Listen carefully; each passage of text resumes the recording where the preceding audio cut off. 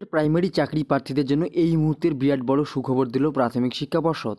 আগামী 11ই ডিসেম্বর হতে চলেছে রাজ্যের নতুন টেট পরীক্ষা। তো সেক্ষেত্রে ইতিমধ্যেই আবেদন প্রক্রিয়া শেষ হয়ে গিয়েছে।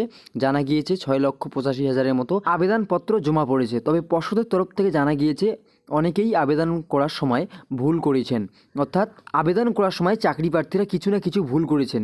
সেই সমস্ত চাকরি প্রার্থীরা চিন্তিত যে তারা আগামী টেট পরীক্ষায় বসতে পারবেন কিনা। তবে পর্ষদের তরফ থেকে গতকালই আবেদন প্রক্রিয়া শেষ হয়ে গেলেও আজকেও পেমেন্ট অপশন চালু ছিল। যারা পেমেন্ট করেনি তারা কিন্তু আজকেও পর্যন্ত পেমেন্ট করতে পারবেন। এছাড়াও আবেদনের সময়সীমা বাড়ানো হবে কিনা সেই বিষয়েও চিন্তায় ছিলেন রাজ্যের চাকরি প্রার্থীরা।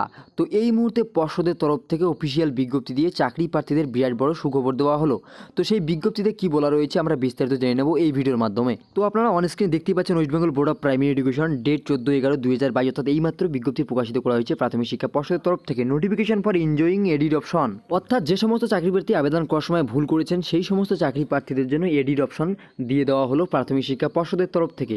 এছাড়াও এখানে কি বলা রয়েছে, it is hereby notified that the added option will be available on online portal of TET 2022 on and from আগামীকাল শনিবার অর্থাৎ 5ই নভেম্বর দুপুর 2টে থেকে সারা রাত, এবং তার সাথে সাথে রবিবারও সারাদিন এডিড অপশন চালু থাকবে। তো সেই ক্ষেত্রে যে সমস্ত চাকরি প্রার্থীরা ভুল করেছেন আবেদন করার সময় তারা ক্লিকিং অন এডিড অপশনে ক্লিক করে তারা যেখানে ভুল হয়েছে সেই ভুল কিন্তু সংশোধন করে নিতে পারবেন।